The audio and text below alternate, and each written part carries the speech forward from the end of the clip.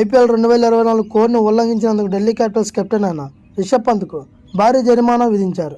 నిన్న ఆదివారం defending champion Chennai super Kings జట్టుతో ఢిల్లీ క్యాపిటల్స్ తలపడింది.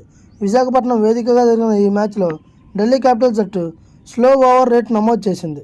దీంతో ఐపీఎల్ మేనేజ్మెంట్ కెప్టెన్ రిషబ్ పంత్కు 12 లక్షల జరిమానా విధించాడు. ఈ సీజన్లో స్లో ఓవర్ రేట్ కారణంగా ఇప్పటికే గుజరాత్ టైటన్స్ శుభం గిల్కు జరిమానా పడింది. మార్చి 26న చిదంబరం స్టేడియంలో చెన్నై సూపర్ కింగ్స్తో జరిగిన మ్యాచ్లో Gujarat Titans slow over rate నమోదు చేసింది. దీంతో కెప్టెన్ శుభం గిల్కు 12 లక్షల ఫైన్ విధించారు. కాగా నిన్న చెన్నైతో జరిగిన మ్యాచ్లో ఢిల్లీ క్యాపిటల్స్ జట్టు 20 పరుగుల తేడాతో విజయం సాధించింది. వరుసగా 2 ఓటముల తర్వాత గెలుపొందిన ఢిల్లీ క్యాపిటల్స్ టీం ఈ మెగా టోర్నీలో బోనీ కొట్టింది. ముందుగా బ్యాటింగ్ చేసిన ఢిల్లీ 20 ఓవర్లు 5 వికెట్లు కోల్పోయి 191 పరుగులు చేసింది. ఢిల్లీ బ్యాటర్లో డేవిడ్ వార్నర్ 51 పరుగులు, రిషబ్ పంత్ 51 పరుగులు సాధించారు.